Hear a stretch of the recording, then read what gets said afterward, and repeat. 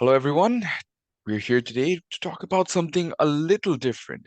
This isn't like our usual pre-match or post-match lives, nor is this the morning after. This is something very different. Joining me is Bagherda's very own OG, Khalid Anaf. So, Khalid, today's episode, it's about the attempted murder of ODI cricket. I'm going to give you the floor, all yours. I love how you just said attempted murder of ODI cricket. Um, Before we get into all of the psychological things that's been going on to frame audience to believe that ODI is a waste of time, I'm going to ask you a few things as well. Um, when you've watched games, did you feel like there was a lack of festivity, there was a lack of entertainment that we have seen in previous World Cups? Do you feel like there's a bit of difference? Of course, there's a bland nature to it, as you said, this lack of festivity, not having an opening ceremony, only having a ceremony for just one particular game, and it feels like the tournament was centered around that particular game, yet we could have had so many more interesting matches. And yeah, as you said, the hype, as most Indian fans online were complaining that the hype was dead until September. No one could tell that the country was going to host a goddamn World Cup in a country which calls it a religion almost. Exactly. I still remember the 2011 World Cup, and I remember on the way to school, all of the roads in Dhaka would be redeveloped, or there would be lighting at night. There would be cricket sculptures all around the country. Like you could sense there was something in the air. And I still remember, like, there were kids in my alleyway who would never play cricket, but they'd be singing the theme song, and they'd all buy cricket bats and cricket balls. They'd come out to the street. They'd also join in with all the guys who would play cricket previously. And, that's kind of a good thing because I have a friend who I've known since I was 3 years old. He wasn't really into cricket, but then the 2011 World Cup came, and then somehow he got interested. It was the games against like Bangladesh, England, then Bangladesh, Ireland. That was a big win as well. So it's little things like that. You kind of unite a country, you kind of unite the world as well. But this World Cup, I feel like there's something going on and there's something big missing, which I have not seen previously. And one of the main thing is the way that they're saying it takes one day. I know in the poster it says something like it takes one day to achieve glory. But yesterday when I was watching Bangladesh South Africa, let's not talk about the results, but let's just focus on one thing. A normal person walks into the stadium, buys a ticket to watch a game. His team is losing, even though he loves the game. Let's say he, she, whoever. And like, they're just a generic audience in the crowd, Bangladesh fan, and Bangladesh is losing. You'd obviously feel, I'm going to use the word shit. That's how I felt. And then you keep looking around the stadium and you see this poster where it says, it takes one day. You're like, it takes one day. Like in your head, you're thinking, it takes one day. And I could have probably worked today. I could have made money in the UK. Your hourly rates are around £11 an hour. If you work for 24 hours, that's about £250 a day. Obviously, you're not going to work the whole day. But I know a lot of people who take time off work to watch the game. So did I. I didn't go to my 9 a.m. lectures, which is a bit of a iffy because you never know if I can wake up.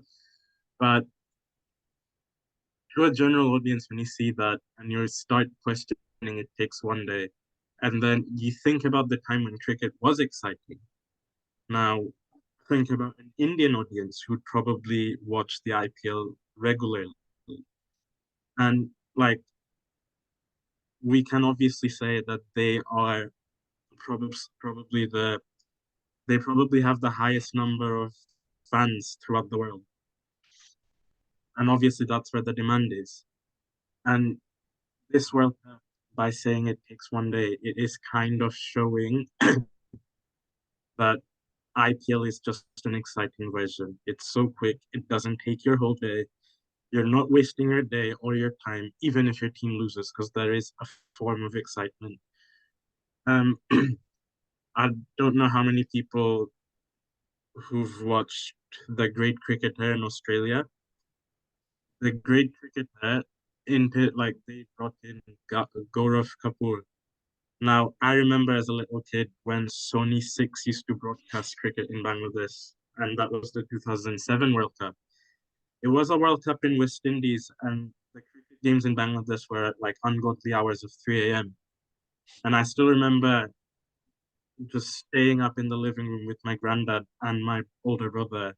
We'd be drinking cups of coffee at night, and us three would just turn it into a whole festival in the house that Bangladesh is playing today. When the World Cup final was on, it was like Australia would probably win the fourth World Cup then. And I'm a massive Australia fan. I grew up. But now, when I watch this one, I'm like, there's no excitement. There's nothing. It's taking my whole day. And now I studied economics in my A levels, but I study law now, and I still read a few books about economics and behavioral economics because some of the stuff I do when I work with kind of relates with people's behavior and like a market, like a business market in a sense. And one way key market players usually increase prices or limit supply or whatever is how they frame their product to the customer. Now, I'll do a thought experiment with you. Let's say you walk into a supermarket, like you're in Canada, what's your go-to shop? Let's say Metro, go Okay, to so if you grocery. walk into Metro and you see two Ben and Jerry's almost identical, right? No difference, same flavor. One of them says 20% less fat, and one of them says 80% fat. Which one would you buy? Thinking generally, just you see it, and which one would you buy? They're next to each other. My math, my whole love for mathematics would go out of the window and I would be like, oh, 20% less fat. I'm just gonna pick that blindly. Exactly. Despite both of them being the same product, you'd buy the one that says 20% less fat. So now you've got 2020 cricket. I will mention IPL, and you've got one day cricket because they're both being hosted by BCCI. And I'm going to bring one person's name in as well. His name is going to be Shah, of course. He's the one who orchestrated the whole thing, probably brought IPL to where it is now. Obviously, you have to give credit to the players because of the way they play it as well. But you need to think the finances involved played a massive part as well. You've got 2020 cricket and one day cricket. And at the end of the day, they're both cricket. They both do take a long time. The first World Cup was in 1975. The last one was in 2019. No one had issues with one day cricket. But now you get phrases like these coming out, which says it takes one day, it takes one day. It could be it takes one day to achieve glory. Yay. Just a day, it's fine.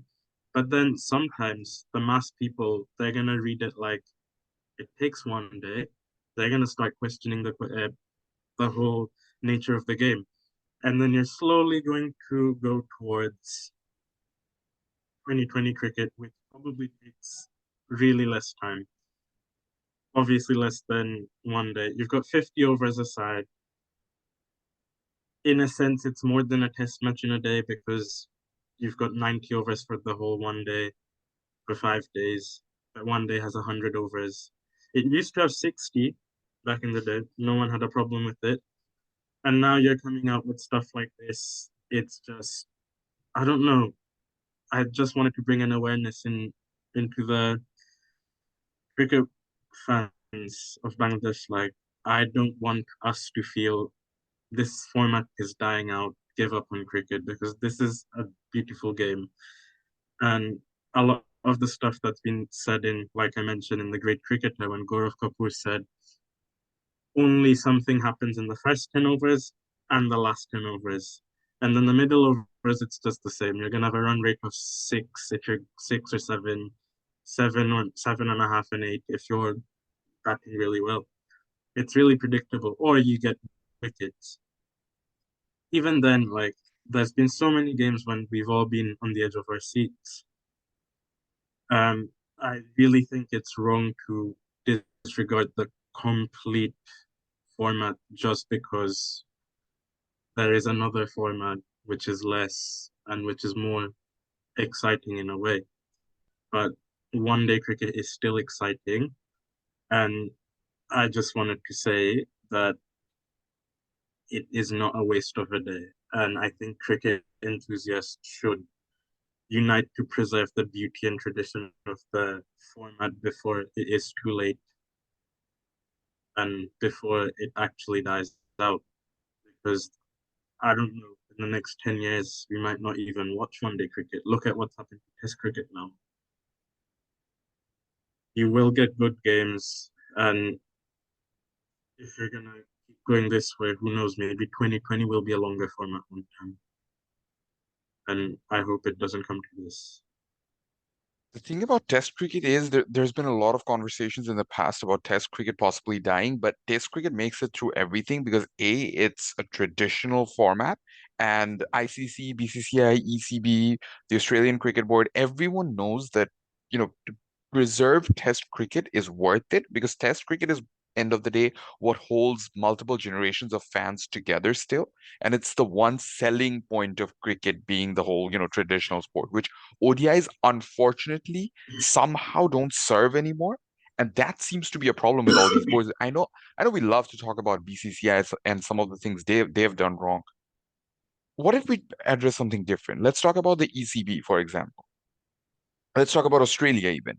See, the ECB, they hosted multiple test matches. Understandable, it was an Ashes summer, so they hosted multiple test matches, including the Ashes, all across the summer. But if I'm not mistaken, they didn't play a single ODI until the very end of the summer when they had those two series No, against New Zealand and Ireland. until New Zealand came, they didn't play any one days or anything. And you know what?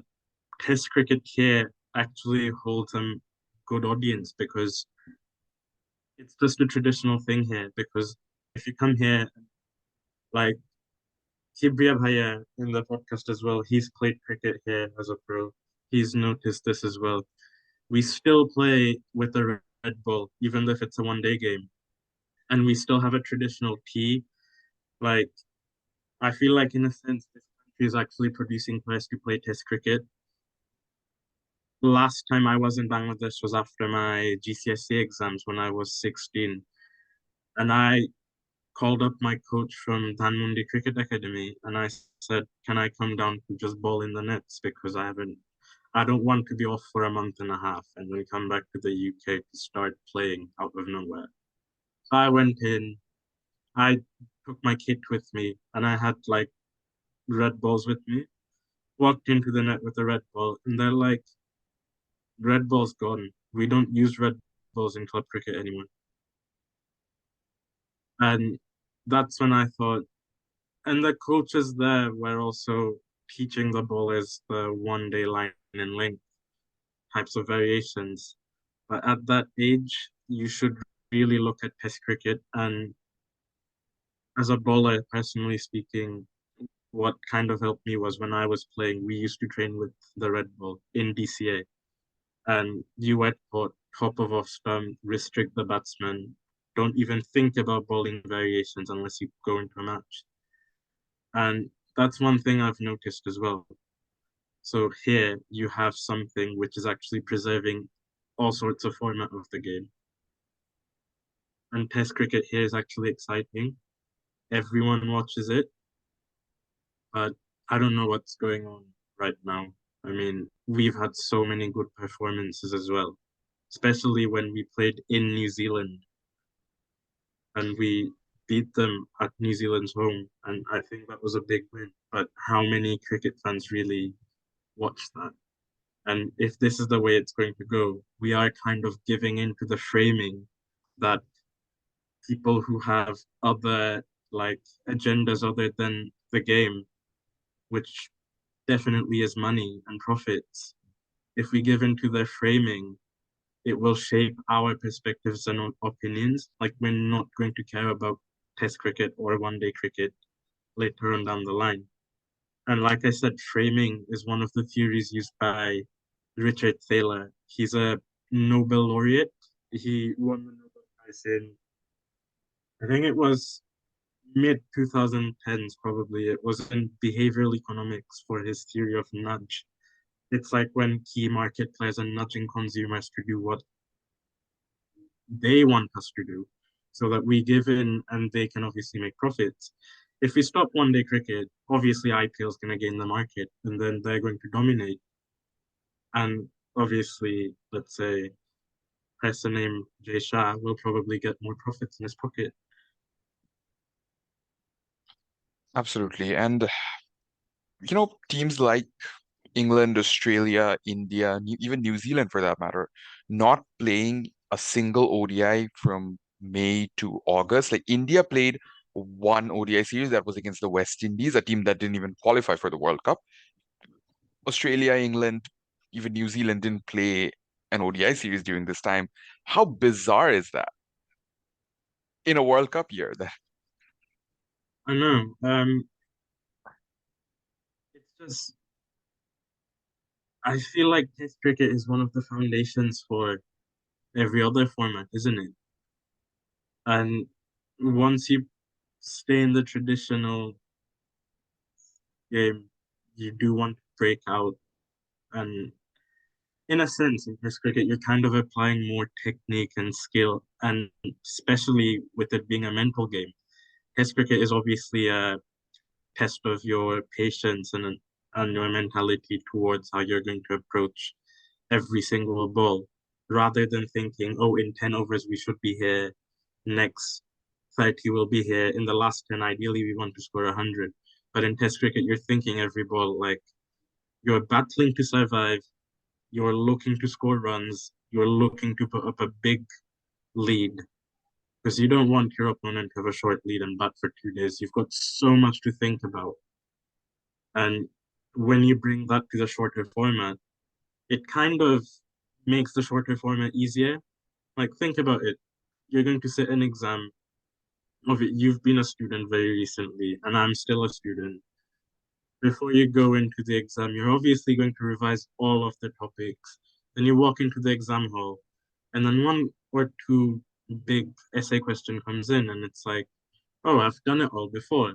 Now I only have to answer two. So, and look at it. Obviously, they've prepped really well. India top of the table, New Zealand up there. I don't know what's going on with Australia, but clearly they're applying their skill and technique in the right places. They've probably done their homework. Like how many test matches did Bangladesh play? Not as much. And we cannot even talk about the caliber of opponents, Ireland and Afghanistan. They're the only two teams we've faced this year in Test cricket. So And yeah, I know that's also another thing we should be questioning. Like in 2019, when my brother and I went to watch every Bangladesh game apart from the ones against Afghanistan and West Indies, I think we pretty much sold out the stadium. Even Bangladesh versus England, like in England, everyone watches cricket. Obviously, there's going to be a majority of English fans, but we were definitely louder. No one here really shouts or screams. They don't have people with face paints of lions or anything. Like we go absolutely berserk, and that's a good thing because we do bring a good atmosphere. And I feel like we should be touring Australia, England, South Africa definitely a bit more because right now England only invites teams like Pakistan, India, New Zealand because they feel like, oh, they're going to bring a better crowd in. And it's just an unfortunate thing. Like, if they're not going to invite us, if ICC doesn't do anything about this, then there's nothing we can do. It's definitely beyond our powers. And suppose BCB probably won't even like. There's nothing for them to do either, which is quite unfortunate. There was a big, probably from the Times, if I'm not mistaken, there was a big article written recently highlighting every single problem and every single issue that's going on currently in the 2023 World Cup. All the issues that the fans who are at the stadium are constantly facing. We see happy faces, we see them waving to the cameras, we see them jumping around, celebrating, dancing to the music. All that is fine, but they're also Yes. facing a lot of problems, problems we haven't Yeah. heard of in the past. Oh, that you won't see because I actually saw a video today on Facebook. It was filmed on someone's phone. Like, it wasn't definitely made up. I know a lot of people are going to say, oh, it's a fake video, whatever. It was a Pakistan fan in the Pakistan-Afghanistan game who was screaming Pakistan Zindabad. But an Indian police officer in the ground came in and he said, you cannot say that. But obviously, we are not going to see that in the cameras. And like, I suppose a lot of the fans in the other countries like England, Australia, New Zealand, they probably won't see it because to us, cricket is so much more than watching it on the TV. We go in so much depth, like we watch people's videos that they've uploaded from the stadiums, what they have written. Like, think about how many journalists who became famous in Facebook just by talking about cricket. I don't see that in England, Australia, New Zealand. I'd mention them, but I'd rather give Bagheera the more of a advantage. Like I'm not going to mention the other ones. Smart. No, as you said, that sums it up. I mean, I remember that video because the guy was saying to the security officer that no, I also screamed Hindustan Zindabad. So why can't I say Pakistan Zindabad? He's supporting his team against Afghanistan, which is a neutral team, by the way. It's a neutral game. It's not India versus Pakistan. It's a very neutral game Mm, taking place here. Where was it, in Chennai, I think. So yeah, again, it makes absolutely zero sense as to why you would do that to to a team that's touring you. It doesn't, you can put all politics aside, you can put all geopolitical matters aside just for this one tournament because end of the day, they're your guests. You can see it that way. You're yeah, hosting the World Cup, yes, so they're your guests. definitely. That's the bare minimum respect you can show them. And it's not even just about Pakistan.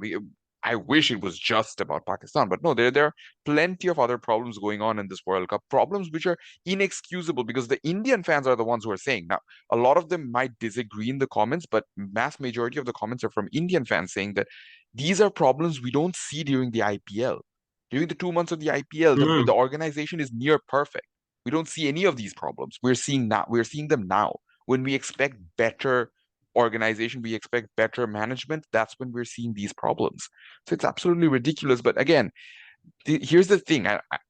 Look, India have played some very good cricket, but the moment India win the World Cup, all of these issues are going to get sidelined. All of these. And there is even a yes, strong chance, even Jared Kimber spoke about the chances of this being the last World Cup. What are the odds that India win the World Cup and we don't see an ODI World Cup ever again? What do you think? that's what I'm glad that you mentioned it because every time I watch a single game, it feels like this is the death of cricket. Like you said in the beginning, it's an attempted murder of cricket, and it is kind of working. You only see big crowds and happy people in the India games. It's a sea of blue. You go in the other games, it's just quiet and it's absolutely dead. It's like a graveyard. Like there's nothing going on. There's no entertainment or anything. There's no festivity.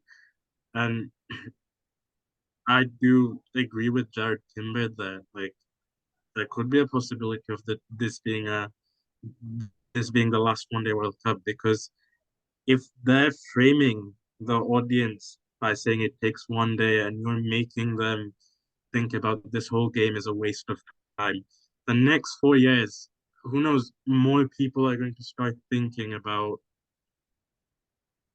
am I really going to watch this again? Was it really entertaining 4 years ago? Or do I want to live with a happy memory of Rohit Sharma lifting the World Cup in 2023, and that was the end of cricket. It was just one big movie that's been going on since 1975. So, yeah, it's just quite shocking. What are some of the steps, Khaled? I know it sounds idealistic and it probably won't happen, but what are some of the steps that you think the boards, the managements, or even the fans should take to possibly revive ODI cricket back to its glory? I think even like cricket is, and I know I said everyone watches Test cricket here. Even when in 2019, when the World Cup was in England, I still remember whoever watched cricket, we knew that there was something big going on in the country. Cricket fans, but obviously when England's playing football, it's even bigger. But when even in 2019, it was still big. And there was still also an opening ceremony just outside Buckingham Palace. Like, India has so much money, and especially, I mean, the cricket board. There's so many places that you can host a ceremony in. Like, there's so many beautiful stadiums and with so much history. I'm so shocked that they didn't do something like that. The host country didn't play the first game. They're just breaking all forms of tradition to kind of show that all of this tradition is just a waste of time. And the steps that should be taken is like literally look back at the past World Cups, look at how much entertainment the crowds had, look at the opening ceremony, look at what we did in 2011. I think that's the benchmark. I wasn't old enough to watch the older ones, but I remember 2011 quite clearly. We've had people like Brian Adams come in. We've had so many local artists come in. We had artists from India and Sri Lanka because it was a joint effort.